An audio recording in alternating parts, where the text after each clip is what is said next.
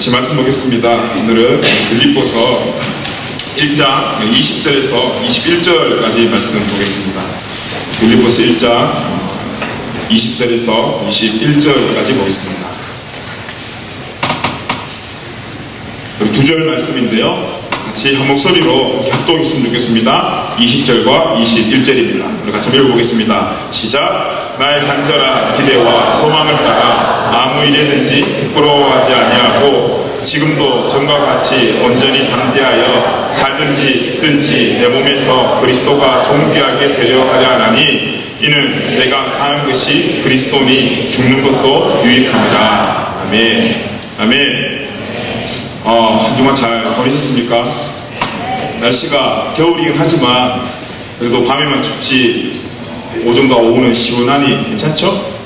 오늘은 또 날씨가 너무 좋더라고요. 이번 주 설교 주제가 죽음입니다. 빌립보서 1장 20절과 21절 그리고 22, 23절을 보면 바울이 죽음에 대한 자기의 마음 심정들을 고백한 장면들이 나옵니다.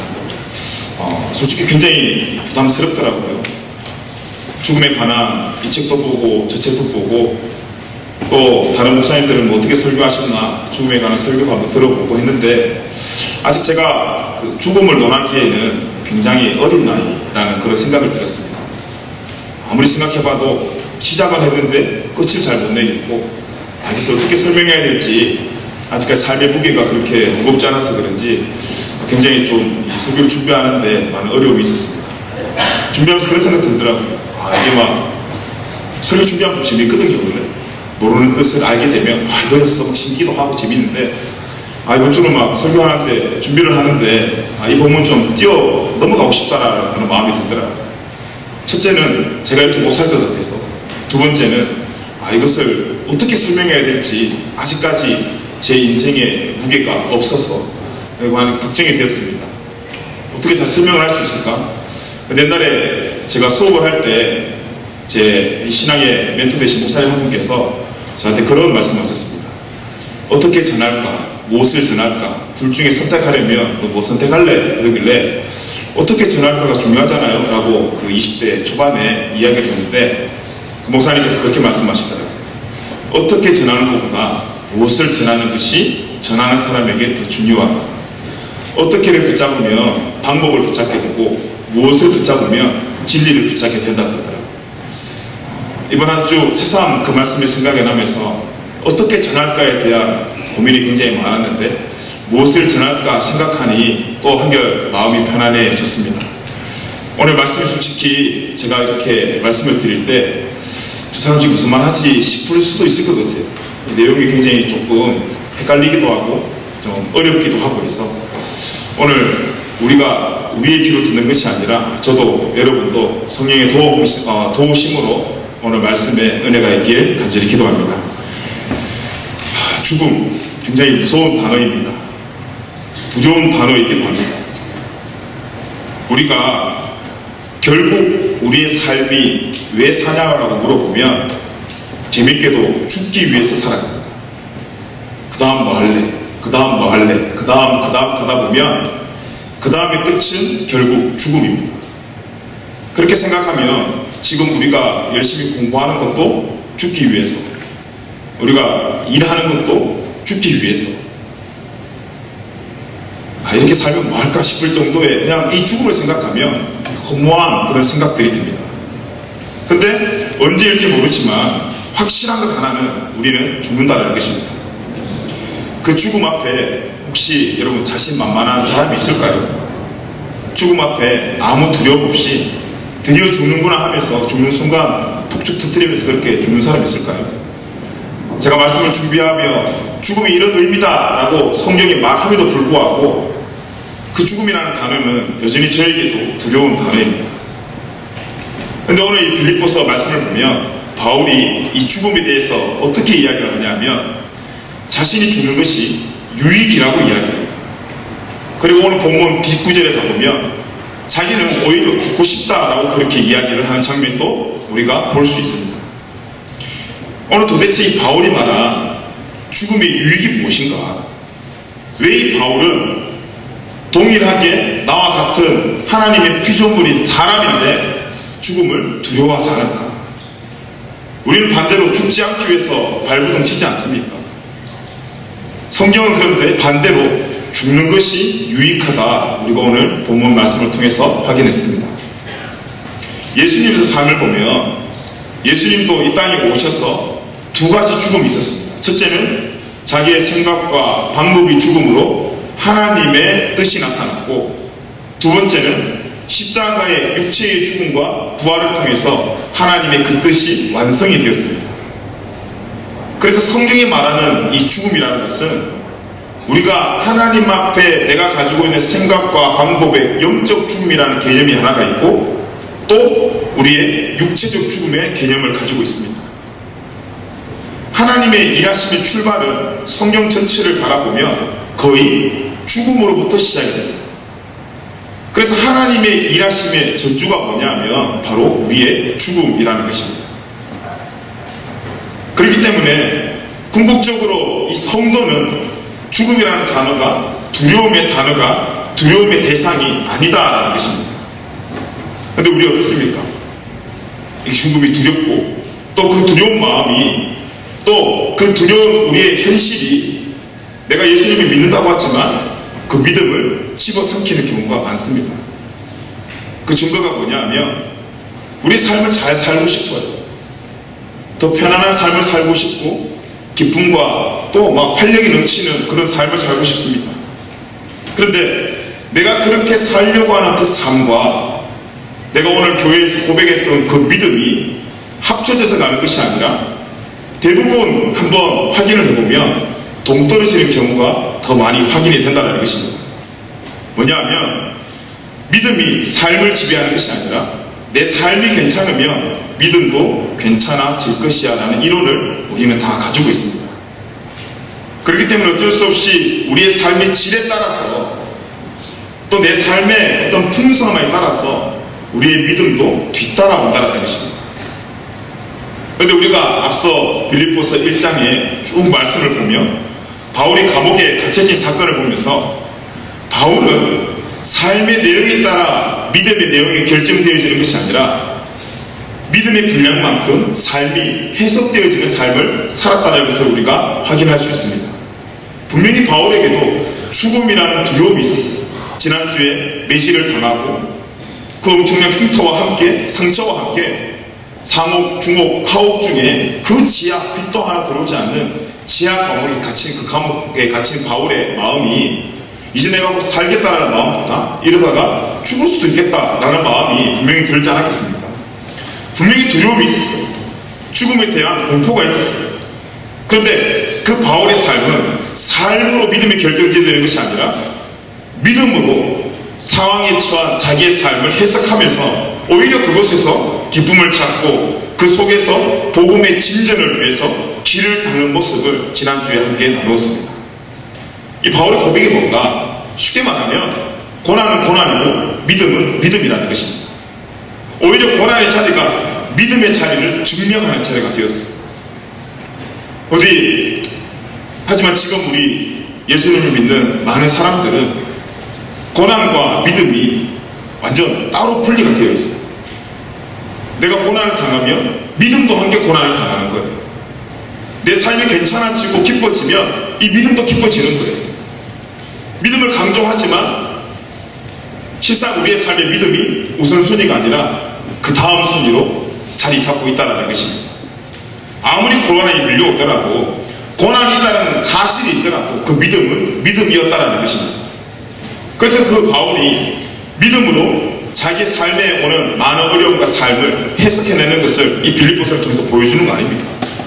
우리도 삶과 믿음이 분리되는 삶이 아니라 오히려 이 믿음이 삶을 이끌어 나가는 삶을 사는 저와 여러분 되기를 간절히 기도합니다. 고난이 믿음을 죽이는 것이 아니라 오히려 그 믿음이 고난을 이기는 삶이 성경에서 말하는 승리의 삶입니다. 바울이 고난 앞에도 믿음을 지켜 하나님의 유익을 살 때, 그 지하 감옥에서 기도하고 찬송 부를 때 그 찬송과 기도를 누가 들었습니까? 죄수가 들었거든요. 이방인들이 들었거든요. 그런데 만약에 바울이 고난이라는 삶을 먼저 묵상하면서 두려워하고 포기하고 그 감옥에서 궁시렁궁시렁 자꾸 불만만 이야기했다면 동일하게 그 안에 있는 죄수들이 무엇을 들었겠습니까? 불평불만하는 소리만 듣는 거예요. 그러면서 결국 그 불평불만한 소리를 통해 또 그 안에 있던 죄수들이 그 말을 들음으로 통해 누구에게 불이익이 생깁니까? 하나님의 복음의 불이익이 생기는 거예요. 그러면 성도들의 모습을 통해서 하나님의 불이익이 당하는 거예요. 여러분 한 사람 한 사람이 하나님이 살아계신다는 증거가 되어야 되는데 오히려 하나님이 안 계신다는 증거로 살아가면 이것은 아니다라는 것입니다. 제가 사역을 하면서 앞에서 설교는 막 믿음 강조하면서 만나는 사람마다 나 시험 받았어, 나 힘들어, 나 고난 당하고 있어, 요즘 죽겠어, 여러분에게 하소연을 한다고 생각해 보십시오. 분명히 저 앞에서는 괜찮아요 그리고 뭐 기도해 줄게요 그리고 뭐 위로해 주겠지만 여러분 마음속 어떻겠습니까? 저 같으면 그럴 것 같아요. 아니 뭐 하나님 믿어도 별 거 없네, 뭐 사역자가 저 정도면 뭐 하나님 믿어도 내가 원하는 거 여기 없겠는데? 라는 그 마음 들지 않겠습니까? 우리가 어떻게 사는지에 따라서 세상이 나를 통해 하나님이 살아계심을 발견할 수도 있고 우리가 어떻게 사냐에 따라서 세상이 나를 통해 하나님이 안 계시구나로 확인할 수 있다는 것입니다. 그렇기 때문에 먼저는 우리를 지배하고 있는 또 우리의 믿음을 방해하는 이 두려움에 대한 죽음이 우리 가운데 있어야 됩니다. 문제 앞에 내 생각과 방법이 먼저 죽어야 됩니다. 왜 그러냐면 내가 죽어야 하나님이 선명하게 드러나기 때문입니다. 여러분 하나님께서는 우리의 스펙을 보시고 그리고 우리의 실력을 보시고 우리의 가진 것을 보시고 오늘 여러분을 이 자리에 초대하지 않으셨습니다. 그렇게 했다면 저조차도 이 앞에 설 수 있는 자격이나 있겠습니까? 하나님께서 그걸 보지 않으셨습니다. 오히려 내가 가지고 있는 것들을 무너뜨리고 그 다음 하나님의 역사, 하나님의 은혜를 시작하십니다. 이유는 간단합니다. 우리가 영이 되어야지만이 하나님의 은혜가 백이 되기 때문입니다. 여러분 우리가 잘 아는 모세의 일생을 한번 보면 그 당시 모세가 태어났을 때 이스라엘이 태어난 모든 사내 아이를 죽이라는 명령이 있었습니다. 그때 모세가 태어났어요. 모세 어머니가 모세를 아기를 낳았는데 이 아들이 태어난 거예요. 가만히 내버려두면 이 아들은 죽은 목숨입니다. 그래서 무엇을 결정했냐면 나일강에다가 바구니에 담아서 그 아기 모세를 띄워보냈어요. 여러분 이 당시에 물이 상징하는 의미가 하나 있습니다. 그게 뭐냐면 죽음이라는 것을 의미해요. 그래서 우리가 농담 삼아 이야기하는 것 중에 너 한번만 더 까보면 내일부로 요단강 건널 줄 알아, 그렇게 말한다는 것이 뭡니까? 진짜 요단강을 찾아서 건넌다는 말이 아니라 죽는다는 말이에요. 이 당시는 물 하면 상징되어지는 단어가 죽음이었어요. 그런데 그 모세 어머니가 모세를 바구니에 담아서 나일강에 띄웠다는 것은 실상 그 모세 어머니가 지금 그 나일강에 모세를 띄우면서 아기 모세 장례식을 치른 거랑 똑같은 거예요. 자기가 감당이 안 되는 거예요. 그래서 모세의 첫 출발은 태어났지만 어머니에게도 가족들에게도 넓게 이야기하면 세상에 버림받은 그런 아기였습니다. 근데 그 갈대 상자가 떠나 누구에게 발견되었습니까? 그 애굽의 공주에게 발견이 되었습니다. 아이고 이쁘다 하면서 이제 그 아기를 키우려는 마음이 들었고 그 아기를 결국 누가 키우게 됩니까? 그 아기를 포기한 어머니가 그 아기를 키우게 됩니다. 여러분 이 아기 모세가 누워 있었던 이 갈대 상자, 이 갈대 상자를 히브리어로 뭐라고 말하냐면 테바라고 이야기합니다. 그런데 성경에 갈대 상자 말고도 테바라고 설명되는 한 가지 물건이 더 있었습니다. 그게 뭐냐면 노아의 방주였어요. 여러분 빌딩만한 어마어마한 크기의 노아의 방주도 히브리어로 테바라고 하고 아기 모세가 누워있는 그 조그만한 상자도 테바라고 기록이 되어 있습니다. 이 테바의 뜻이 뭐냐면 동력이 없다라는 말이에요. 사람이 마음대로 내 의지대로 움직일 수 없다는 뜻을 가지고 있습니다. 우리 입장에서는 뭔가 조종할 수 없고 동력이 없다 생각하면 죽은 거잖아요. 그 빨리 다니는 고속도로에서 시동이 꺼지고 핸들이 뽑혔다 생각하면 이제 살겠구나라는 생각보다 이제 죽었구나라는 생각이 든단 말이죠. 동력은 굉장히 중요합니다. 그래서 이 동력이 없다는 말은 죽음이지만 하나님 입장에서 보면 사람이 할 수 없기 때문에 나만 할 수 있다라는 하나님의 은혜가 시작되는 출발 지점이 된다는 것입니다. 노아가 하나님의 명령대로 방주를 만들었어요. 다 완성을 시켰어요. 얼마나 뿌듯했겠어요. 그 어마어마한 크기의 배를 만들고, 와, 이거 내가 만들었나? 되게 좋아했을 것 같아요. 그리고 탔어요. 문도 하나님께서 자동문으로 닫혀줬어요. 요즘 새로 나오는 차들 보면 이렇게 놔두면 자동으로 톡 닫히잖아요. 이미 창세기 시대 때 하나님이 그 옵션을 발명하셨어요. 그렇게 문이 닫히고 노아 가족이 탔어요. 비가 내리기 시작해요. 그 큰 배가 이제 뜨는 걸 보니 어느 정도 물이 찼나봐. 이제 배가 붕 떠서 움직이려고 하니까 순간적으로 노아 머릿속에 여러분이라면 어떤 생각 들겠어요? 조타실로 가야지 라는 마음 들지 않겠어요? 가서 이제 핸들을 잡고 운전해야지 마음이 들겠는데 노아가 그때 안 돼요. 아, 조타실을 만들지 않았다. 설계도에 조타실이 없었다. 큰일 났다. 근데 그 배에는 창문도 없었어요. 옆에 있는 창문도 없었어요. 그 마음속에 얼마나 두려운 마음이 생겼겠어요. 막 기도하기 시작하지 않았을까. 하나님 다 만들긴 만들었는데 제가 한 대 빼먹은 거였다고. 지금 배 핸들을 안 만든 거였다고. 하나님 옆에 창문이 안 만들어진 거였다고.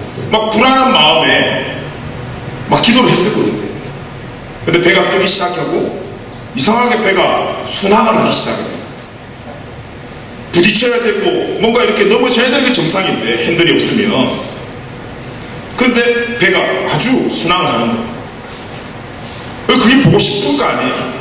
근데 하나님께서 그 방주 안에 옵션은 옆에 창문이 없었어요. 근데 하나님이 기가 막히게 썬루프를 하게 만들어주셨어요. 위에 창문을 두셨단 말이에요. 그 의미가 뭐냐면 노아야 너는 나만 봐야지. 내가 이 배를 운전할 테니까 죽었다 생각하지 말고 그때 나만 봐야지. 여러분 아기 모세가 담긴 그 갈대 상자도요 썬루프 개념이 아니라 이건 오픈카 수준이죠. 그 아기가 볼 수 있는 것은 위밖에 없어요. 이 테마의 의미는 두 가지. 동력이 없다와 그것만 본다는 거예요. 모세의 출발과 노아의 출발을 보면 하나님께서 그들을 다 만드시고 예비하셔서 쓴 것이 아니라 그들의 가능성을 제로로 만들어버렸어요. 내가 할 수 있는 것을 다 없게 만들어버렸어요. 그래서 내가 나 이제 죽었다. 나 이제 죽을 수밖에 없구나. 그때 하나님의 작은 움직임도 그들에게는 큰 은혜로 반응하는 거예요. 자, 그리고 난 뒤에 이 모세가 무엇을 만납니까? 80세 때 예수님께서 하나님께서 갑자기 애굽에 있는 이스라엘 백성들을 다 데리고 나오라고 그러잖아요.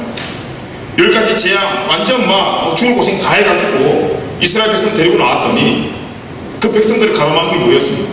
홍해였어요. 물이 뭐라고? 죽음의 성지. 그들이 어렵사리 애굽에서 나와서 그 앞에 바라본 홍해를 바라보면서 이스라엘 백성들이 어떤 마음이겠습니까? 뭐 모세한테 욕을 했을 거 아니에요?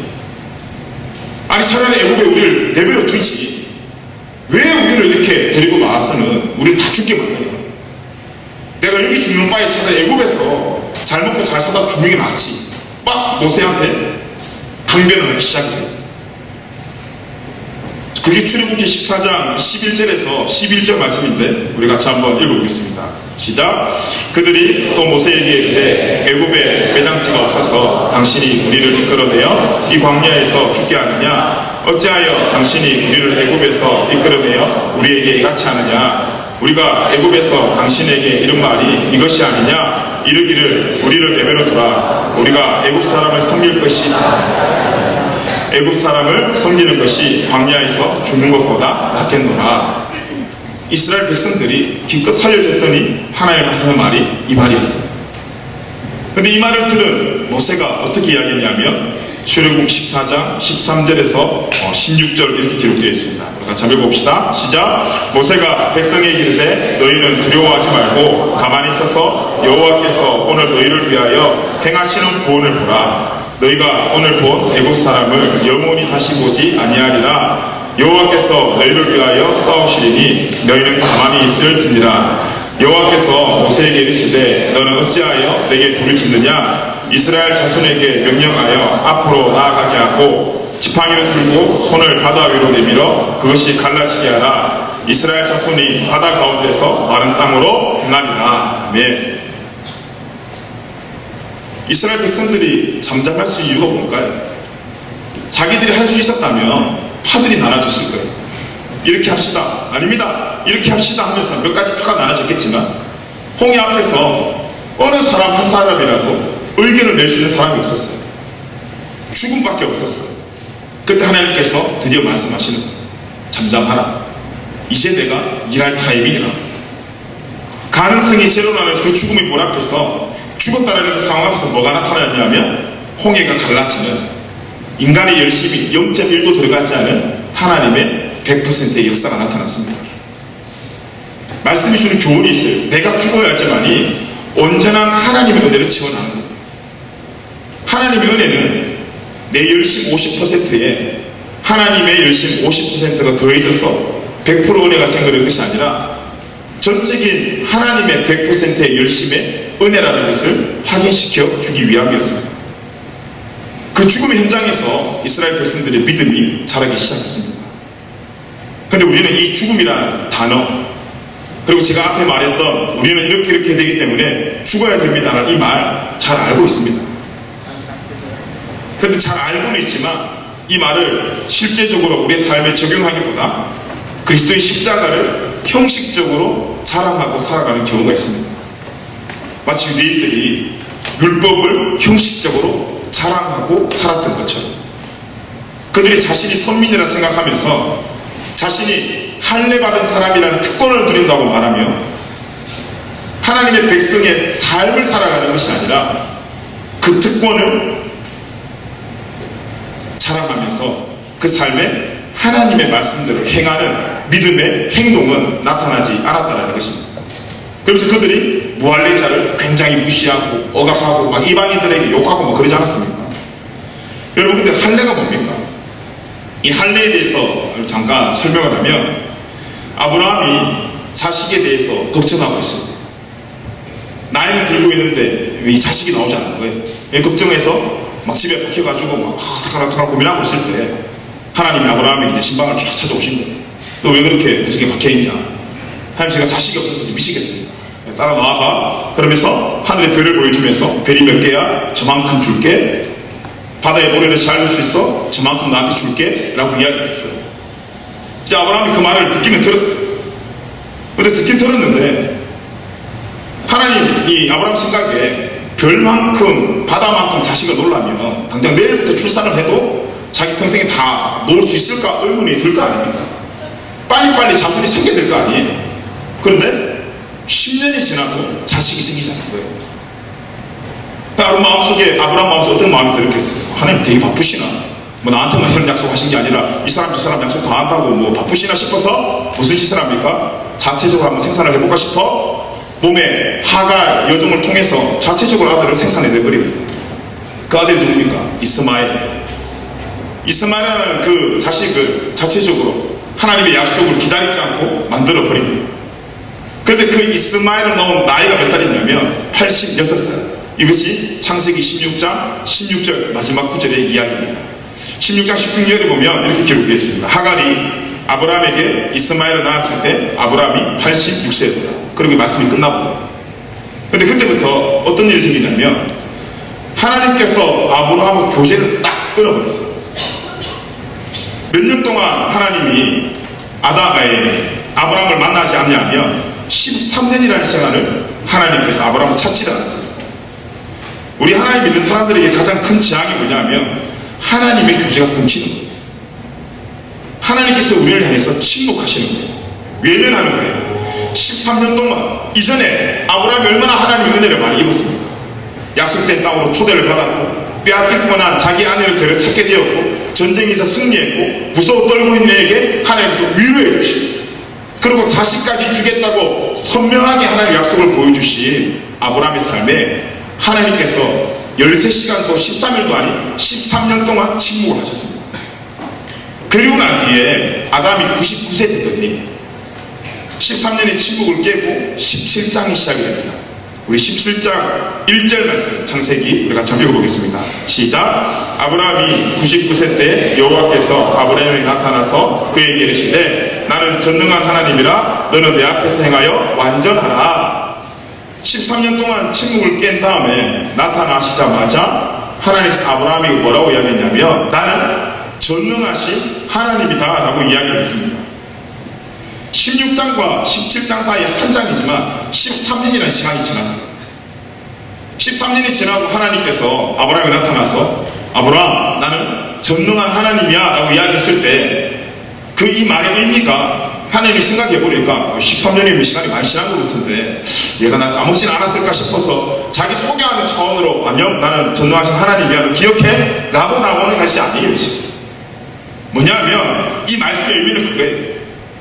나는 너에게 약속한 것이 네가 불가능하다고 생각했던 사라의 몸을 통해서 나는 내 약속을 성취하려고 했는데 왜 너는 그것을 기다리지 못하고 네가 가능하다고 생각한 하갈을 보며 그 안에서 자식을 놓았느냐.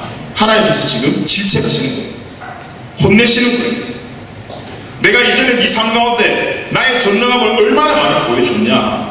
근데 왜 너는 한순간도 네 생각과 네 방법이 죽지 않고 왜 자꾸 네 마음대로 네 생각대로 그렇게 네 삶을 살아가느냐는 하나님의 질책의 말씀입니다.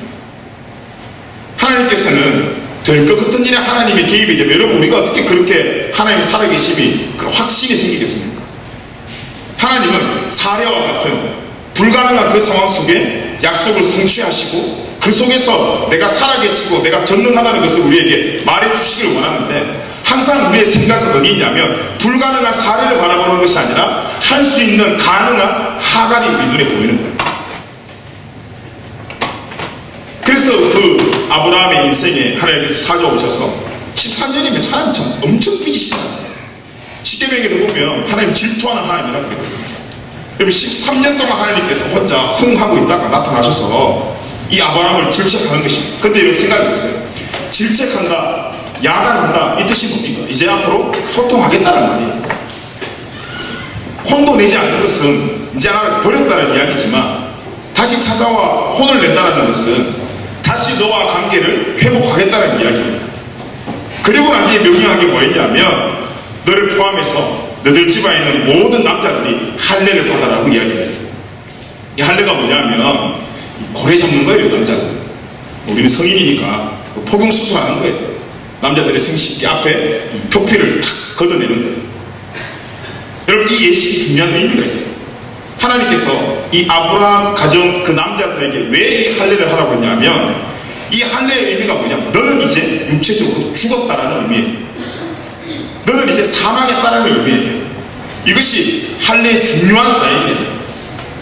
여러분들 혹시 행위들 중에 할례 받은 분들 계신다면 이 할례 받은 동시에 나는 하나님 앞에 죽었다라는 고백하는 거예요. 그걸 알고 받으셨는지 안 받으셨는지 모르겠지만 그래서 이 아브라함을 통해서 모든 남자들이 할례를 받고 1년 만에 약속의 아들 이삭이 태어났어요. 자 그러면 이 할례라는 사건의 중심으로 할례 전에는 아브라함 자신의 힘으로 만들어낸 아들 이스마엘을 출생했다면 할례 이후에는 내 죽은 몸 가운데서 아이가 태어났다는 거예요. 어떻게 죽은 사람에서 아이가 태어납니까? 무슨 말이에요? 이 말은 아브라함의 자식이 아니라 하나님께서 주신 자식이라는 뜻이에요. 하나님의 약속대로 주신 아들이라는 뜻이에요. 그래서 이삭을 보고 우리가 약속된 아들이라고 이야기하는 겁니다. 그리고 난 뒤에 이삭을 통해서 누가 오십니까? 바로 예수 그리스도가 오는 거예요. 무슨 사건? 할례를 중심으로. 할례가 뭐라고요? 내가 죽는 거예요. 그 그리스도의 삶이 어땠습니까? 예수는 죽고 하나님의 약속이 드러나는 삶. 이 할례라는 의미가 내가 죽었다는 의미라는 것입니다. 성도가 사는 것이 매일매일 십자가에 자신을 못 박으면서 죽으면서 살아야지만이 하나님의 약속이 온전하게 드러난다는 것입니다. 우리 인생에 나의 실력과 나의 방법으로 이스마엘을 생산하는 그런 삶이 아니라 하나님의 약속을 드러내는 복된 인생이 저와 여러분의 인생이 되길 간절히 기도합니다. 네. 여러분 죽음은 이론이 아닙니다.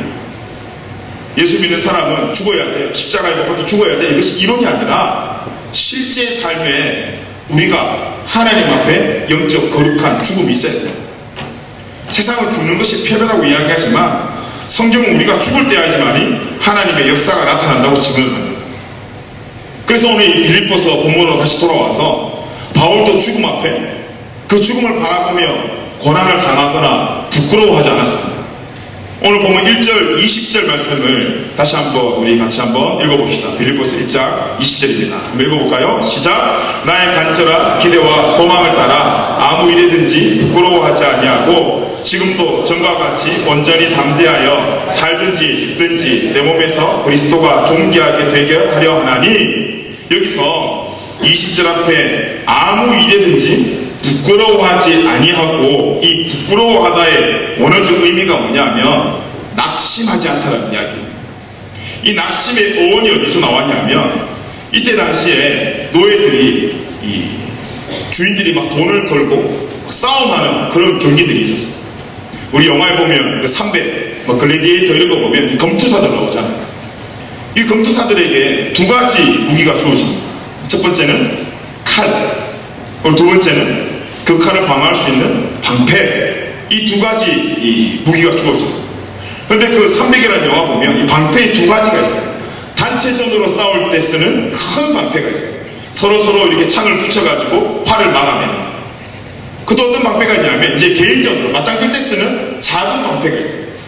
이제 이 방패를 들고 칼을 들고 이제 싸우기 시작하는 거예요.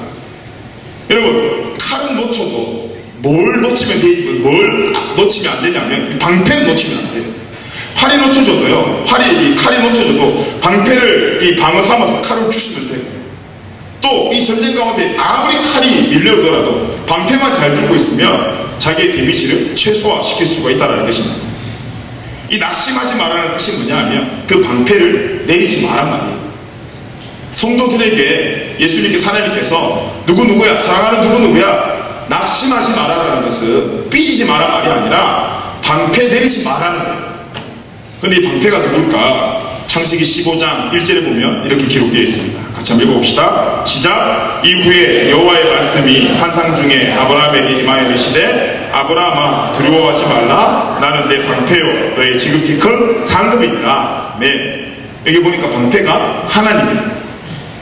낙심하지 말라는 것은 그 전쟁터 같은 삶 가운데 나라는 이 방패를 내리지 말라는 말이에요. 방패를 내리지 않고 들고만 있으면 그 방패대 내가 네 삶을 지키고 또 네 삶을 살려내겠다라는 하나님의 메시지라는 것입니다. 그래서 우리가 이 세상 가운데, 이 삶 가운데 살 때 내 삶이 힘들어진다고 믿음을 저버리는 것이 아니라 오히려 내 삶을 죽이는 고난의 화살들이 많이 날라올 때 이 방패를 더 높이 드셔야 돼요. 믿음이라는 이 하나님이라는 것을 높이 드셔야 돼요. 삶과 믿음을 분리하는 것이 아니라 그 삶에 이 믿음의 방패를 들고 싸우는 인생이 바로 하나님 앞에 올바로 쓴 성도의 삶이라는 것입니다. 지금 이 바울이 이렇게 말하잖아요. 내가 죽든지 살든지, 이 말은 지금 내가 모르겠다, 내가 죽든지 살든지 나는 모르겠다, 자기 인생을 내팽개치는 게 아니에요. 내가 죽든지 살든지 부끄러워하지 않는다. 내가 죽든지 살든지 낙심하지 않는다. 내가 죽든지 살든지 방패를 내리지 않는다는 것은 나의 생명이 하나님께 있으니 내가 이 시합을 이기게 하실 감독 대신 그리스도의 영광을 나타내겠다라는 신앙 고백을 지금 이 바울이 하는 것입니다. 그럼 이 바울의 포커스가 어디 있다는 겁니까? 감독 그리스도에게 바울의 포커스가 딱 맞춰져 있다는 것입니다. 그래서 히브리서에 보면 이렇게 기록되어 있습니다. 히브리서 12장 1절에서 2절입니다. 우리 같이 한번 읽어봅시다. 시작. 이러므로 우리에게 구름같이 둘러싼 허다한 증인들이 있으니 모든 무거운 것과 얽매이기 쉬운 죄를 벗어버리고 인내로서 우리 앞에 당한 경주를 하며 믿음의 주요 또 온전하게 하시는 이 예수를 바라보자. 그는 그 앞에 있는 기쁨을 위하여 십자가를 참으사 부끄러움을 개의치 아니하시더니 하나님 보좌 우편에 앉으셨느니라. 아멘. 여기 보면 2절 말씀에 믿음의 주요 또 온전하게 하시기인 예수를 바라보자 라고 되어 있어요. 이 예수를 바라보자라는 것은 예배가 끝나고 십자가 같은 하나 챙겨가서 어려움도 바라봤다가 힘들 때 예수 바라보고 어려움 바라봤다가 힘들 때 이 말이 아니라 내 포커스를 거기에다가 집중하라는 거예요. 고정시키라 이 말이에요. 더 쉽게 이야기하면 모든 세상의 삶들을 그 예수라는 안경을 끼고 보라는 말이에요. 여러분 안경 껴보셨죠? 눈이 나빠서 글씨 같은 게 잘 안 보이고 멀리 있는 게 잘 안 보일 때 안경을 끼면 신세계가 열려요. 막 멀리 있던 글씨들이 보이고요. 막 글씨 같은 게 선명하게 잘 보여요. 근데 그 신나는 마음으로 안경을 끼고 밖에 나가서 한번 걸어보세요. 어때요? 어지러워요. 그리고 이 안경이 굉장히 불편해요. 그래서 벗어 던져버리죠. 그런데 그렇게 해서 벗어 던져버리면 결국 내 앞에 글씨가 또 어떻게 보입니까? 희미하게 보인다 이 말이에요. 우리가 예수를 믿을 때 또 은혜 받았을 때 갑자기 말씀이 막 선명하게 도는 날이 있어요. 이거구나, 예수와 함께 사는 것이 이거구나 생각하면 교회를 나갔는데 교회 안에서는 예수와 함께 사는 것이 너무 좋았는데 세상에 나가서 예수와 함께 살려니 이게 너무 불편한 거예요. 벌써 던지고 싶은 거예요. 근데 안경도 어때요 여러분? 계속 그 안경을 끼고 다니면 처음에는 불편하고 어지러운데 시간이 지나면요 반대가 돼요. 안경을 벗으면 그때부터 엄청나게 많은 불편들이 우리의 삶에 들어오게 돼요. 글씨도 안 보이고 안경을 쓰고 걸었을 때 어지러웠던 것이 이제 안경을 벗으면 어지러움의 현상이 일어난다는 거예요. 말씀이 똑같아요 여러분. 처음에 우리가 은혜 받아서 와 이거구나 생각하고 나가면 그것이 막 고속도로를 뚫어주면 괜찮은데 그것이 우리의 삶을 더 제약이 많고 힘들게 한단 말이에요. 근데 그걸 버티지 못하고 안경 벗어버리면 우리는 계속해서 영적 근심으로 살아야 돼요. 근데 버티면요, 그래서 그 안경에 이제 적응이 되면요, 그 말씀에 적응이 되면 오히려 말씀이 없는 삶에 우리의 불편함을 호소하는 그 수준까지 올라온다는 것입니다. 바울이 이 말씀이라는 예수라는 안경을 쓰고 빌립보라는 이 동네에 와서 또 오는 모든 과정들에 자기의 삶을 바라보니 상황은 참 어려운 일만 나타났어요. 고난도 있었고 힘듦도 있었고 막 죽을 것 같은 어려움이 있었지만 그 나타난 내용은 자신의 고집과 생각과 방법이 이거는 뭐 죽으면 죽을수록 그 삶을 통해서 하나님의 복음이 전진되더라는 것입니다. 그렇게 자신의 생각과 고집을 죽여봤던 바울이 이제 어디까지 성장하냐 하면 영적 죽음뿐만이 아니라 육체의 죽음 앞에서도 두려움이 아니라 믿음의 눈으로 바라보니 그 죽음이 두려움이 아닌 설레임으로 바뀌더라는 것입니다. 말씀을 한번 볼까요? 빌립보서 1장 23절입니다. 우리 같이 한번 읽어봅시다. 시작. 내가 그들 사이에 끼었으니 차라리 세상을 떠나서 그리스도와 함께 있는 것이 훨씬 더 좋은 일이라 그렇게 하고 싶었으나, 지금 이 바울이 자기 이야기를 하는 거예요. 지금 이 말은 이것도 저것도 안 되니까 포기하자는 말이 아닙니다. 지금 바울이 어떤 상황입니까? 둘 사이에 끼어 있다고 표현을 했습니다. 무슨 사이입니까? 삶과 죽음이라는 이 중간에 끼어 있는 거예요. 감옥에 갇힌 자신의 어떤 비참한 모습들을, 힘든 상황들을 지금 말씀 통해서 묘사하는 거예요. 우리도 그렇잖아요. 삶과 죽음의 사이에 끼어서 살아가고 있잖아요. 이 말씀에서 차라리 세상을 떠나서 라는 이 떠나서는 헬라어의 뜻을 보면 텐트의 줄을 풀다라는 뜻을 가지고 있어요. 여러분, 이 시대에 전쟁이 일어났어요. 전쟁이 일어나면 자기의 식량도 챙기고 총도 챙기고 해서 이제 막 접근을 해서 전진할 거 아닙니까? 밤이 돼요. 이제 뭘 쳐야 돼요? 텐트를 쳐야 돼요. 남자들도 군대에 가면 수경 훈련 하잖아요. 막 텐트를 쳐요. 텐트를 치고 그 안에서 잠을 자고 또 일어나서 전쟁을 하고 부상당한 채로 또 텐트 돌아와서 겨우겨우 밥 한 숟갈 떠먹고는 내일 전쟁할 걸 생각하면 두려운 마음으로 또 그 텐트에서 쪽잠을 자다가 또 일어나서 전쟁을 하고 그 왔다 갔다를 이 전쟁 시간에는 이 반복하지 않습니까? 근데 시간이 어느 정도 지났어요. 그날도 이제 일어나서 전쟁을 참여하려고 하는데 와서 대대장이 나타나서는 방송을 하는 거예요. 어제까지 우리가 전쟁을 하고 또 접수를 했는데 그 땅이 드디어 접수가 됐다. 우리가 그만큼 이기려고 했는데 이 전쟁이 드디어 승리로 끝났다. 자, 이제 우리 집으로 돌아가자라고 방송을 때렸을 때 이 국민들이 마음이 어떨까요? 벌써 끝났어 뭐 이런 마음 들겠어요. 되게 좋을 거 아니에요. 와 하면서 막 되게 엄청 신나할 거 아닙니까? 그 신나는 군인들이 처음에 뭘 합니까? 텐트를 걷어야 되잖아요. 이제 자기가 살 곳이 거기가 아니니까 텐트를 걷어야 돼요. 여러분, 그 텐트 걷을 때 제일 처음에 뭐 합니까? 여러분들은 이게 텐트 시대가 아닌가 봐요. 이런 뭐 모텔에서 자고 뭐 호텔에서 자고 뭐 그런 시대는, 저희 때는 막 보이스카우트 뭐 이렇게 하면 텐트 치고 했었거든요. 여러분, 텐트를 치면 걷을 때 제일 먼저 뭐 하냐면 그 텐트를 고정시키기 위해서 이 줄을 쫙 당겨가지고는 돌에 묶어가지고 이렇게 던져 놓잖아요. 그 끄덕거리는 사람은 저랑 좀 비슷한 거고, 요즘 신세대들은 그걸 잘 모르시네. 네이버에 치고 텐트가 뭔지, 그러면 이게 선이 있다고. 아니, 너무 좀 공감을 해줘야 이게 말씀이 진행이 되는데 저게 무슨 소린가 하니까 무슨 말을 해야 될지를 잘 모르겠네. 어떤 그 텐트라는 게 있는데 이 줄을 끊어버리면 이게 와르르 무너지는 거예요. 그래서 여기서 말하는 떠나서 라는 말의 뜻이 뭐냐면 텐트의 줄을 끊는다, 그 말이에요. 여러분 생각해 보세요. 전쟁에 끝난 군인들이 텐트의 줄을 끊으면서 아쉬워할까요? 기뻐할까요? 기뻐하겠죠. 가족을 만난다는 설레임이 있겠죠. 지금 바울이 죽음을 묘사하는 것이 이런 묘사를 하는 거예요. 세상의 전쟁터, 매일매일 고난당하고 힘들고 피 터지게 얻어 터졌던 이 세상의 전쟁터에서 이제 승리를 거두고 나는 하나님의 집으로 간다라는 거예요.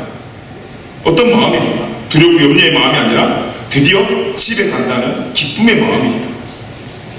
이것이 지금 바울이 육체의 죽음 앞에서도 두려워하지 않았던 이유예요. 나는 이제 이 땅에서 승리하고 우리 아버지 셋이는 집으로 돌아간다. 이 말씀을 보면 나도 이런 고백할 수 있을까? 정말 우리도 죽음의 문 앞에서 두려움이 아니라 이 설레임이 생긴다면 진짜 얼마나 좋을까? 사단이 우리에게 고통을 주는 이유를 생각해보면 결국 우리를 죽게 만들기 위함인데, 그 죽음 앞에 설렘이 생긴다면 사단이 얼마나 전의를 상실할까? 죽음 앞에 설렘이라면 지금 우리의 삶에 어떤 역경 앞에서도 내가 두려워하고 낙심하는 삶이 아니라 담대한 삶을 살 수 있지 않을까? 결국 죽음을 두려워하니까, 그 죽음이 너무 무서우니까 모든 것이 두려운 것이 아닌가, 그런 마음이 들었습니다. 그런데 하나님을 믿는 우리는 이 세상에서 우리의 가치가 드러나는 것이 아니라 진정한 우리의 가치가 죽음 앞에서 드러난다는 것입니다. 첫째는 앞에 말한 것처럼 내가 영적으로 내 생각을 줄였을 때 하나님의 능력을 체험하는, 둘째는 육체적인 그 죽음, 인생이라는 그 전쟁이 끝나면 이제 대장 대신 하나님 앞에 우리의 정확한 평가를 받는 그날이 온다는 거예요. 이 삶을 살아가며 부상도 당하고 억울함도 많았지만 또 그 오해 가운데 제대로 평가받지 못했지만 그날 하나님의 위로와 우리 대장 대신 하나님의 평안이 우리한테 분명히 임한다는 거예요. 그날 하나님 앞에 설레는 마음으로서는 저와 여러분에게 간절히 기도합니다. 우리 마지막으로 시편 116편 15절 말씀 같이 읽어봤으면 좋겠습니다. 같이 읽어볼까요? 시작. 그의 경건한 자들의 죽음은 여호와께서 보시기에 귀중한 것이로다. 아멘. 여기서 귀중하다라는 것은 보석이, 보물이 완성된다라는 뜻입니다. 지금 우리의 삶이 이미 구원을 받았지만 아직 그 구원이 완성되지 않았어요. 그 중간에서 우리는 긴장된 삶을 살아가고 있습니다. 그 과정 가운데 있어요. 지금 시티에 뭐 공사하는 현장을 보면 공사 시작하자마자 빌딩이 팍 세워지는 것이 아니라 그 빌딩이 세워질 때까지 공사의 과정이 있어요. 근데 그 공사의 과정을 보면 먼지도 많이 나고 뭐 그 안에 추락사도 일어나고 사건 사고가 많이 생겨나요. 그런데 그 과정을 겪어야지만이 삐까뻔쩍한 건물이 되어선다. 지금 우리가 이 세상에 살아가는 과정은 하나님께서 말씀하시는 이 보석이 되어져가는 과정 속에 있습니다. 이 과정이 언제 완성되냐 하면 주님 오시는 그날이 되면 우여곡절 많았던 우리의 삶이 보석으로 완성된 것을 우리가 확인할 수 있다는 것입니다.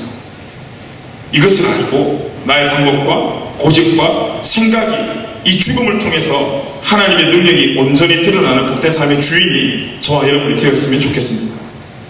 그리고 마지막 함께 우리가 희망을 붙들고 살아가야 될 것은 삶의 어떤 고난도 이겨낼 수 있는, 한 주간 이 죽음의 두려움도 이겨내는 담대함이 저와 여러분이 회복되었으면 좋겠습니다.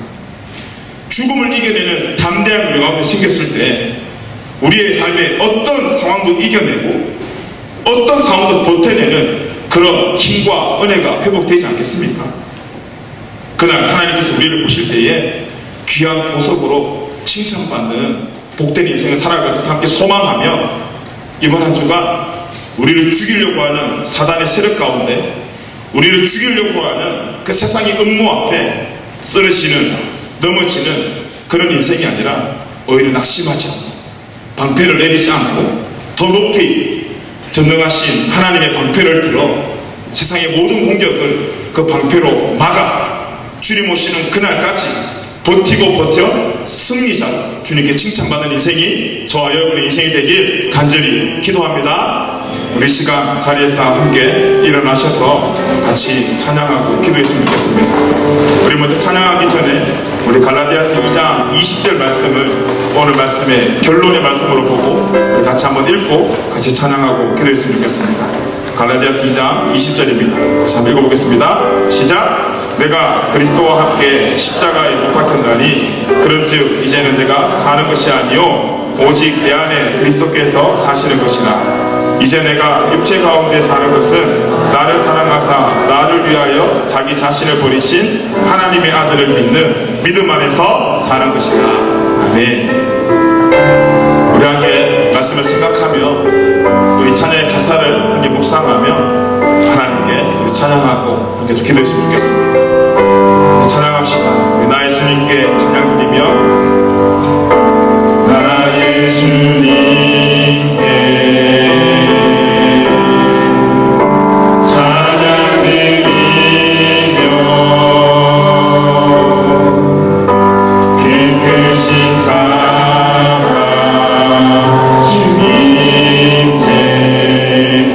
감사해. 어두운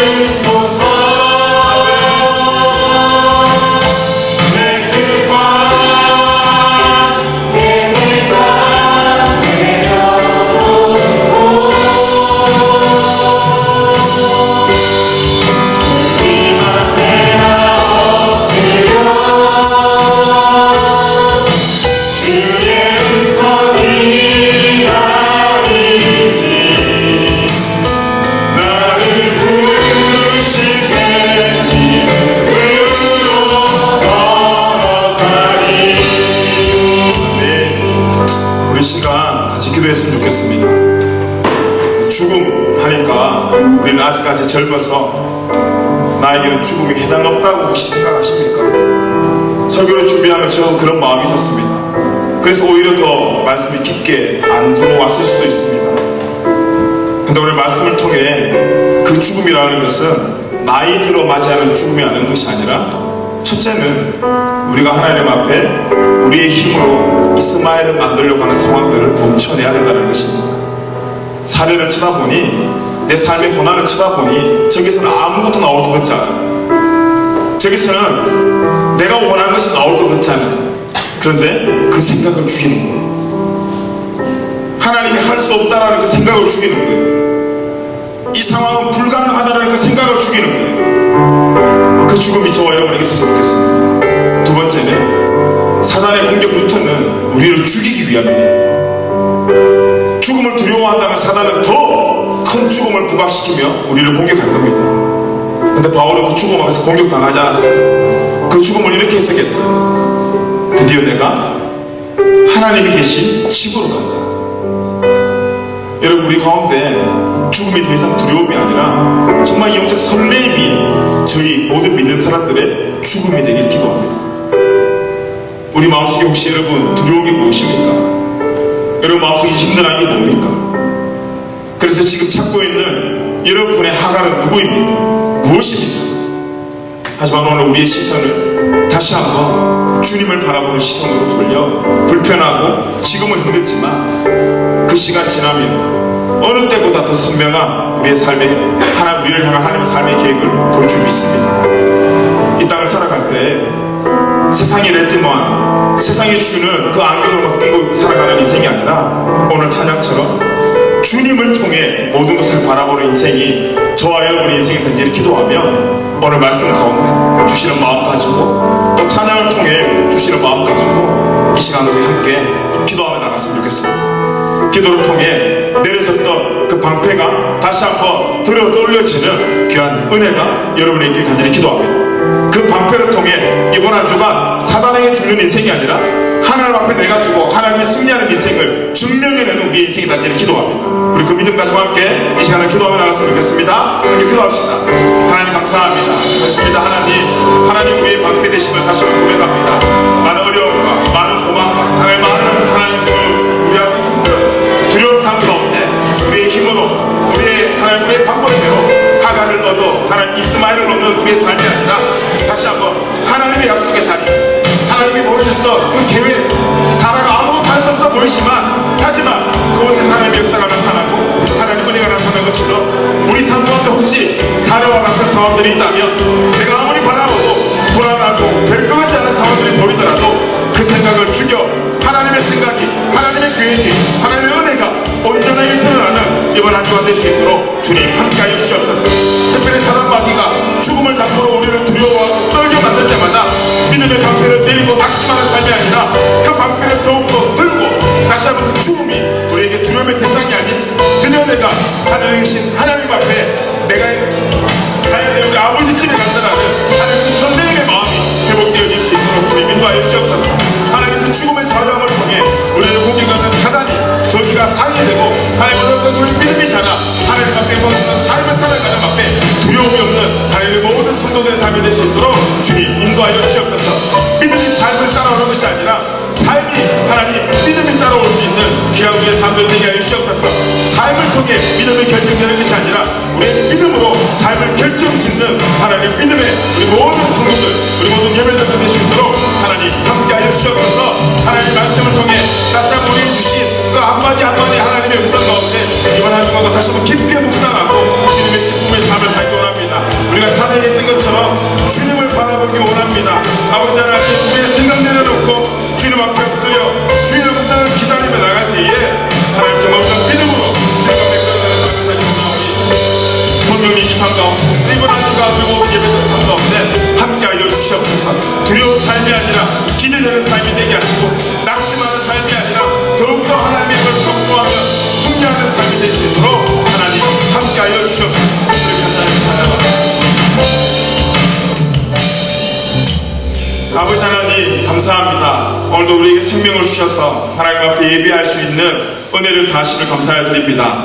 하나님, 우리가 찬양하는 우리의 신앙 고백, 우리가 찬양하는 십자가가 더 이상 액세서리가 아니라, 형식이 아니라 그 안에 담겨져 있는 하나님의 의도대로 하나님 앞에 우리의 생각과 우리의 방법의 주거, 우리의 삶을 통해 하나님의 온전하심이 100% 드러나는 복된 삶이 우리 모든 예배자들의 삶이 될 수 있도록 성령님 함께하여 주시옵소서. 그 그 죽음이 두려움이 아니라 오히려 내가 죽음으로 그리스도가 나타난다는 설레는 마음으로 이번 한 주간 죽음이 두려움 앞에 자유로워지는 우리 모든 예배자들이 되게 하여 주시옵소서. 하나님, 우리가 삶을 살아갈 때 많은 어려움을 만납니다. 그 어려움 앞에 낙심하는 방패를 내리는 인생이 아니라 더욱더 그 믿음의 방패 세워 하나님이 그러나 나에게 오직 주심이 아시나니 그 말씀 붙잡고 하나님이 나를 위해 싸우시는 것, 이번 한 주간 잠잠히 바라보며 전능하신 하나님이 살아계심이 하나님 우리의 삶을 통해 증명되어지는 복된 우리 모든 예배자들 될 수 있도록 하나님 인도하여 주시옵소서. 이번 한 주간 그렇게 우리 인도하시고 승리케 하시는 찬양 드리며